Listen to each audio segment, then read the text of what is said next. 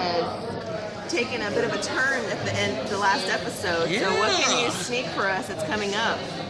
Well, we're gonna pick up directly where we left off with that cliffhanger, which I thought was pretty cool, and you know, definitely makes you wonder, ooh, what's gonna happen? And obviously, I don't want to spoil what's gonna happen, but we're gonna. It's not gonna be an easy thing. Like, it's not like, you know, they kick Kronos off the Wave Rider and they're back and everything's a piece of cake. But so there'll be consequences as a result of the cliffhanger. Big consequences that will reverberate through the rest of the season. And you stuck such a diverse group of people back in 1958. Right? That was fun. That was a lot of fun, and for good reason. Like we really chose, you know, Sarah and Kendra and Ray for a very specific set of reasons that play out in that episode 9. What kind of character development will we see coming up? Oh, good question. Well, we've got a few interesting things. I would say quite a bit of development with the Ray-Kendra relationship. That's going to take some interesting ups and downs and twists and turns. It's a bit of a roller coaster, but we're really going to be exploring that. Some very interesting stuff for Jax. We've hinted at what happened with his dad and how his father had died when, you know, before he was born. And we're going to explore sort of what that means and what his backstory is, and we're also going to get a chance to meet his mom. So that'll be a great deal of fun. We've got some very interesting developments for the fans of the Captain Canary relationship. Snart and Sarah. I don't want to spoil anything, but there'll be some fun stuff coming up with that. Who haven't I covered? I would say there's quite a bit of development with the Rip Savage relationship as well. Relationship in very loose quotes. Try not to spoil anything. As far as Rory's character, Rory and Snart obviously had a falling out, so but we didn't really see what exactly happened to Rory. Would that be expanded on the rest of the season? Yes, we are actually going to flashback at some point to the events of episode 7. Like we will flash back to those moments and then continue on that scene, so you'll fully see what actually happened. In the writing room, I mean, obviously you guys are jumping all over different time periods. I mean, set design, this and that, costuming. What is your inspiration for all these different time jumps in those specific time eras? You know, sometimes it's story. Other times it's what we think we can achieve. For example, in episode 11, we go to the Old West because we knew that there was an Old West town that we could go into and redress and sort of spruce up.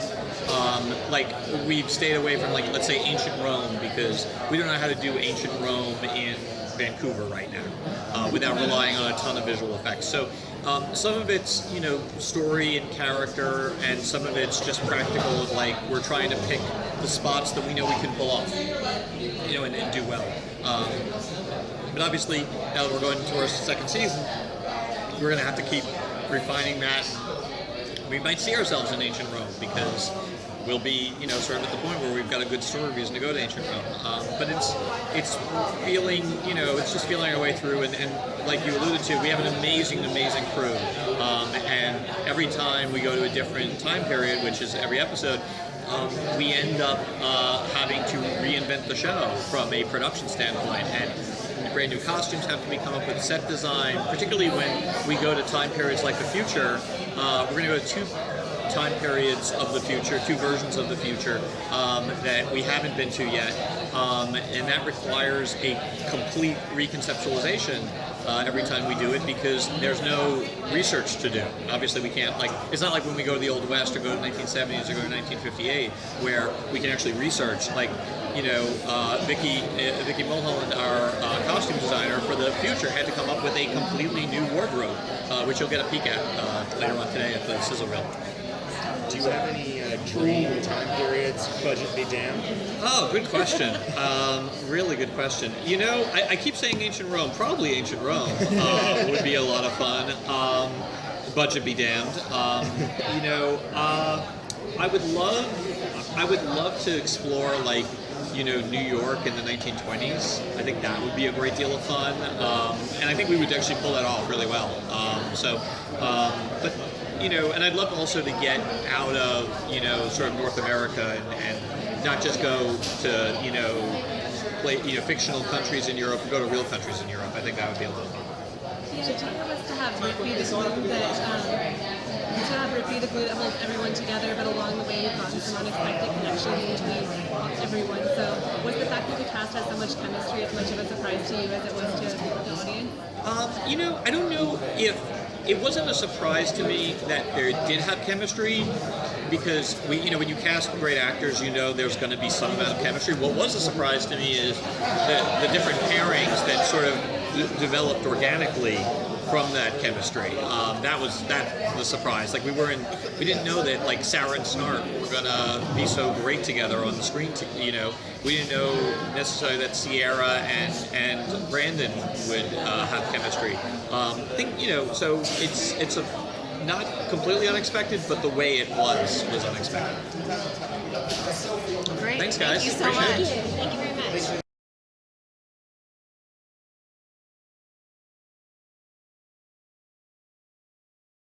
Your development this season has rapidly changed, and then your relationship with Victor Garber's character, Dr. Stein, has obviously grown with your realization of how he really wanted to help you and not be just in your head. So how was that developing that relationship with Victor Garber? That was great. I mean, off screen as well, me and Victor get on like a house on fire. We literally just spend all day, every day, just literally taking the piss out of each other.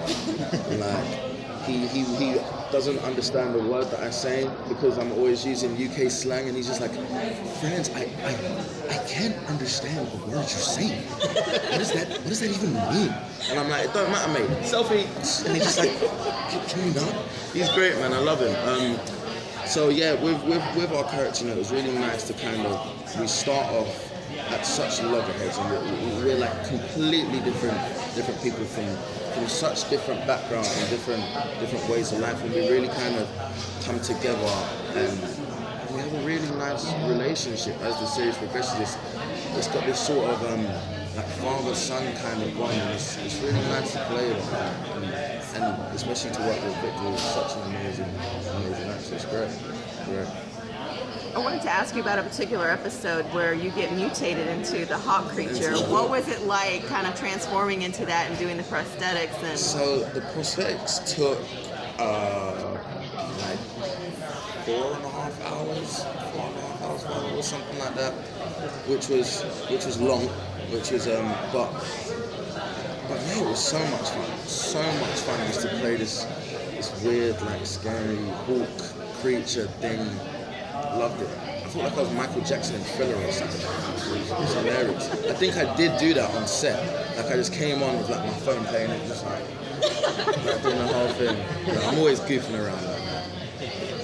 Initially, Jax was against going on the time traveling adventure, but his mind has changed through his experiences. What do you think he's gotten out of the experience of traveling with everyone? I think that Jax has learned that the world isn't black and white. I think as the series progresses, he kind of learns that there's a middle ground. There's a lot of shades of grey. Because the team have moments where morally it's very morally questionable. It's like, do we do this for the greater good, or is that are we going down the wrong path here? And I think for Jax, he starts off very green, very naive in his thinking, very young.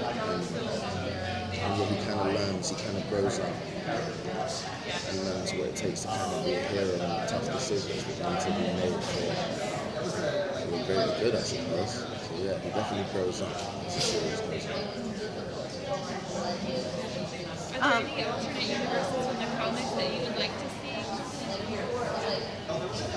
Yeah, I'd definitely love to explore the whole multiverse kind of thing and the different Earths and that kind of stuff. That would be cool. Like the Flash did when they went to Earth 2 and stuff like that, which was really cool. And you had Deathstorm and stuff like that, which was dope. So I'd love to see that.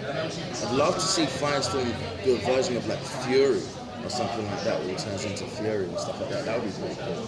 that's gonna be my pitch for season 2. It would be kind of cool to see the different places that you could have been in different universes, like in Yeah, for sure.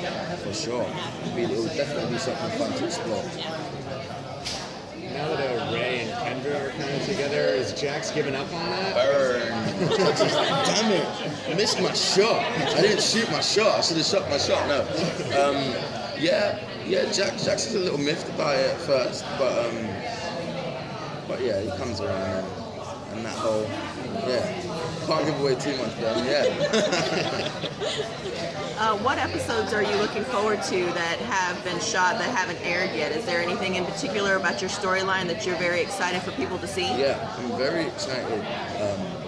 We explore kind of Jax's kind of family life and his parents and stuff like that. And I believe that is episodes it all blends into one. I always forget. I think in 12, I'm really excited to see episode 12 of the show. It's a really nice moment, especially to connect with Jax on a real human kind of level, which is always a challenge in superhero shows to kind of keep it grounded as well. So yeah, I'm excited for everyone to see it. Great. Thank you so much. Thank you.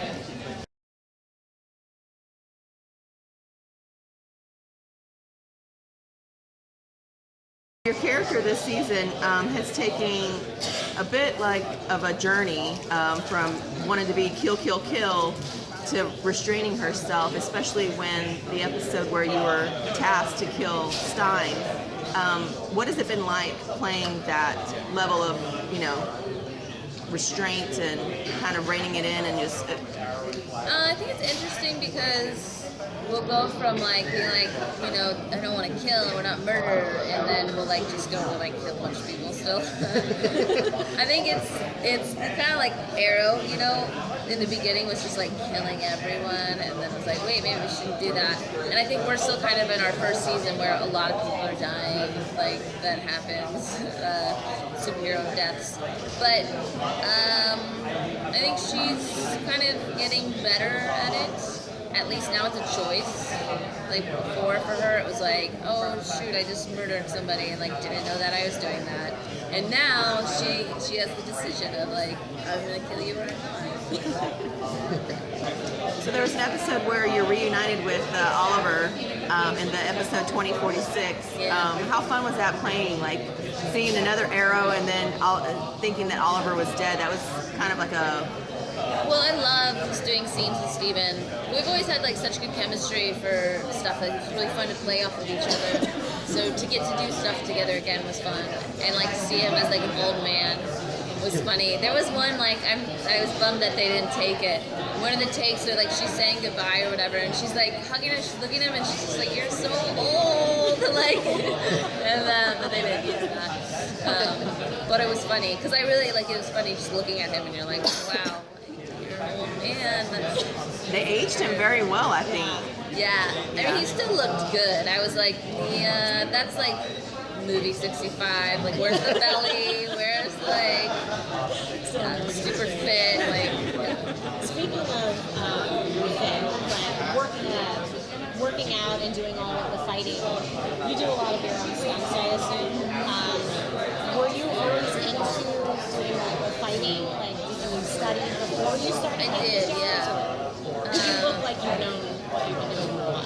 Yeah, I studied, well, I was a dancer my whole life, and then I started getting into martial arts when, I don't know, I guess I was like 18, and I was thinking about doing stunts before I started acting. And then I started acting, and I fell in love with that, so I started doing my own stunts. And yeah, I train a lot, so I like doing it. That's like my fitness too. I don't really go to the gym, I like just go like fight stuff. You do a lot of that on the show, so it looks very natural. That's why I think that makes sense. What's the hardest stunt you've done on either Arrow or Legends? Legends I do mostly fighting. There's not many stunts for me, which is fun.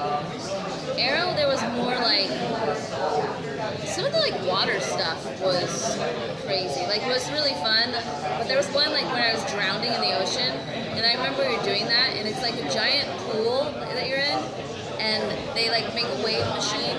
So there's big waves, and then it's raining, and then it's like fake, you know, like lightning, thunder, and you have to look like you're drowning. So you're like doing that, but then a wave would come, so you're like just swallowing. Like then I really started drowning, like almost. And they have like a water safety guy who had to like swim under and like hold me up because I was just like swallowing water, trying to look like I was drowning, like and then drowning. I was actually dying in that scene. So what can we see with character development with you and Snart's character? Seems like you get in a little cozy since you almost froze to death. Yeah, I think there is something there between them. I think Sarah's kind of like, I think she likes the attention too, like from him, and he's always like just kind of, you know, subtly, and I think she's like, calm down, but then she's really like, all right, like, we'll see, you know, there's maybe like a little something, but I like that it's not something, you know what I mean, too, that they're not like, okay, like they're not somebody who'd be like, you're my boyfriend, you're my girlfriend, like, it's not them either, so it's just kind of like a little attraction. It's not obvious, you know, it's just the subtlety, but the way Wentworth Miller plays his character, it's just so like, does he like her or does he not like her? Like I don't even know yet. But yeah. I think do you think maybe that relationship that he's building with you, that's burgeoning right now, maybe caused the rift between him and Rory? I never thought of that. I don't think so. I'm not like Yoko, you know. I think that maybe if it became an actual relationship, then it could have, but... Meaning that his, unknown feelings for you now maybe has swayed him mentally to kind of side with... Maybe because he's like maybe I don't want to be such a piece of poo criminal. And he's like, maybe I should be like kind of legit, and that's creating it. But I think that's his own journey. Whether that Sarah is a factor in that, like, hope so, that'd be cool. But that's really, I think, his character. A lot.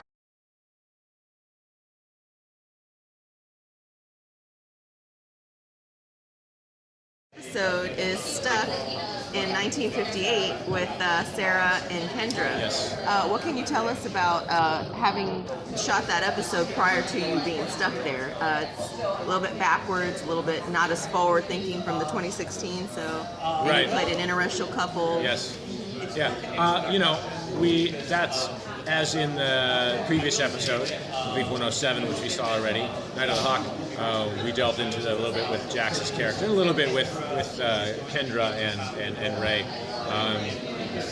There's a little bit of a small bit of time taken to that in the beginning of the episode as we kind of see what Ray and Kendra have been up to and where their relationship is. I appreciate that we got to, say something about that and have them be a part of the episode without it taking over it as well. Because for us not to have any kind of commentary about it would have been a little egregious. So there's being an optimist, and then there's Ray. Do you think it's smart to go through life always expecting the best of people, or would you rather you were more realistic? It's a good question. I think prior to this journey, Ray would probably have said, just be positive, I'll expect the best of everybody all the time. I think there's a way of doing that, but an evolved way of doing that Ray is learning, which is not allow people to be what you want them to be, but to also understand that they may not be, and to understand their true motivations, and to understand that even though you've got two criminals on your team, that they're not defined solely by being criminals or by their past. They have the ability to change, they have the ability to be something more, and you have the ability to work together with them. And just because you work together with them doesn't make you a criminal either. So their stink doesn't necessarily have to wash off on you unless you allow it to. think that's true in life for everyone. We're all good at the core.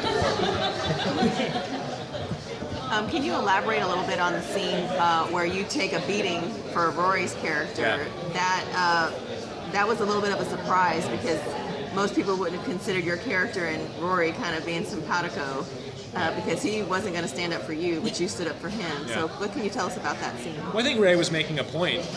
He was making a point to Rory that, look, even though we disagree, we're a team, and I consider you a teammate, even if we don't agree about everything, and I'm going to take one for the team, as it were. Protect my team, and when I see them in danger, a little bit of the selflessness, I guess, of Ray, or whether he thinks of it as selflessness or not, or just saying like, hey, you're not alone. Somebody does care about you, which I think is probably, a hard thing for Rory to accept.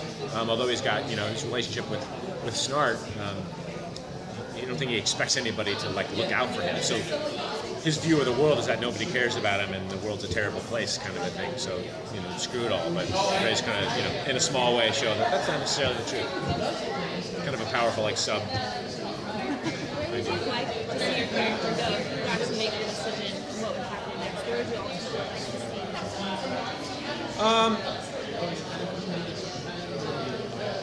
that? I've been pretty happy with how Ray has been. I think as the season progresses, he has a few more heroic moments, which I think have a stronger payoff because he hasn't been a hero in the episodes leading up, but a few defining moments where we see a couple of different colors, shades to his character, which are exciting to play. To show that he's not always just smiley, jokey all the time, but when it comes down to it, he can really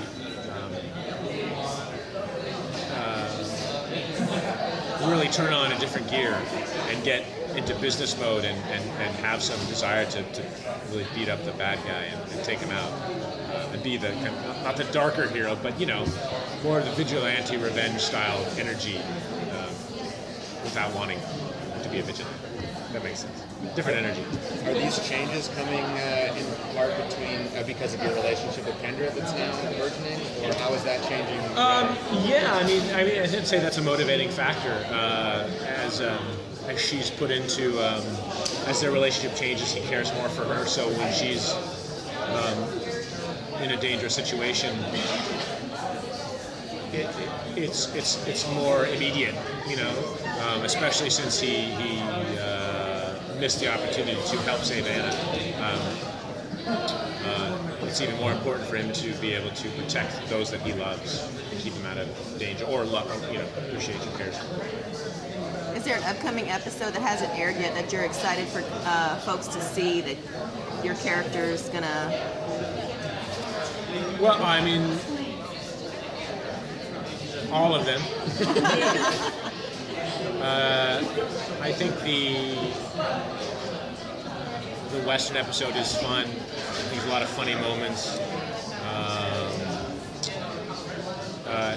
There's some really cool, unique things happening kind of in each episode for Ray here on out. Funny stuff, and then epic storytelling stuff that's happening, and evolutions of his abilities to a degree, which are fun. A little bit of history into his past, a little bit more. We have so many characters in our show, which is amazing, but also you want to get bite-sized story kind of from episode to episode. So you really have to watch the whole season to get a lot of the arc, because it's much more gradual than you might see in other shows, I think. But the Western episode, I think, is fun. A lot of fun moments for him. Some heroic stuff. Great, thank you so much.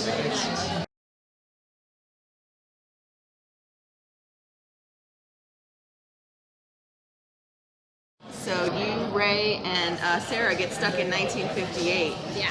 What can you tell us about the episodes coming up that we're going to look forward to seeing with your character development? Well, what's been teased is that we get stuck there for 2 years, so that's kind of a lot of time, especially since the people on the ship might not have gone through 2 years for their change, which will be interesting how they will then assimilate back together, and will they assimilate back together well, or will we even get back on the ship? Who knows? But I think that also will either bond or tear apart the people who got left behind, being stranded and not in a time period that I think Ciara and Kendra are not super fond of this time period. I think Ray maybe likes it, but that's also going to be interesting to see how that dynamic plays out. Kendra's gone through so much this season. What are your feelings about her arc so far? Tragic little cinnamon bun, right? Like, she's like so sad. First episode, second episode, she loses her son and her boyfriend. Not really boyfriend, but I think it's been really hard for her. But I think that every kind of traumatic thing that happens is something that galvanizes her, so that she's more confident in herself and what she has to do, which is kill Savage. So I think the further along she gets with her training and the more that they kind of experience the wrath of Savage, I think it'll become easier for her to easier to kill someone. Jeez, it's like it's not really a win-win, but I think she'll be more confident in what she has to do. So how fun has it been playing a wanted woman? You're wanted by everybody. I know. You're destined by someone to be their mate forever. Then you're I know. Savage is after you. Someone tweeted to the writers' room, the next DC show should be Kendra Bachelorette. I mean, because it's Savage, Hawkman, Jax, Ray, and somebody else. Somebody else. So anyway, we're like, geez. No, I mean, it's kind of cool though. That's I think a different take than we normally see for women. Normally it's all the women are fawning over one guy, or the girl is the ingenue that gets to be with the one guy that she's been destined with. And I think Kendra's totally fighting that tooth and nail, because she's a pretty modern woman. She doesn't want to feel like she has to be tied to something or committed to something before she's figured out who she is. So, yeah. So 1958 really doesn't suit you well. Definitely doesn't suit Kendra. No. Are there any alternate universes from their comics that you would like to see her be in? Oh, I would love to do Earth 2. Like, I want to see, what does that mean? Is she from... I always wonder that. Like, the writers haven't necessarily given me an answer, but, like, is she from Earth 2? Like, because she's supposed to be, and she's the new 52 or whatever. So I'm like, I don't know. What does that mean? Maybe we find out that she is from Earth 2. I think that would be kind of fun. Do we get to see more of her backstory? I think you'll see a lot of her backstory through flashbacks and memories. It's kind of like...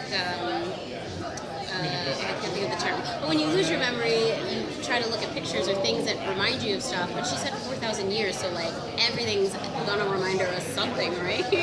So I think the more she starts to bump into things, especially in, in different time periods, I think she's gonna, it's a lot to play with. So it's gonna be more Ciara's memories. More Ciara's, yeah. I think that's the hard thing about being 4,000 years old, is like, who am I this lifetime? And is it different or isn't it different? I mean, what would you do if you had 200 some lifetimes? Would you really change? Because, a lot of people think, oh, people don't change, which I don't believe, but, if I had another lifetime, if I knew another lifetime was coming, I'd be like, all right, next time I'm going to be more British, or next time I'm going to be a doctor, or next time I'm going to, you have all these options. So it's cool to know that she's had all these other lives, occupations, families, everything. It's really awesome. In the episode Night of the Hawk, there's a scene between you and Casper Crump's character, Savage, where you look so intimidated because he's coming up to you, and you feel like you look terrified, but you're trying to play calm and cool. What was it like playing that scene? Because you look extremely terrified. It's interesting. Casper in real life is like such a total goof, but when he turns on Savage, it's creepy. It's creepy in real life. It really is creepy, especially with all the face touching. He's always like, you're like, dude, don't touch me. Whoa. So he's sufficiently creepy. I didn't have to play much because it was already there. so much. Thank you.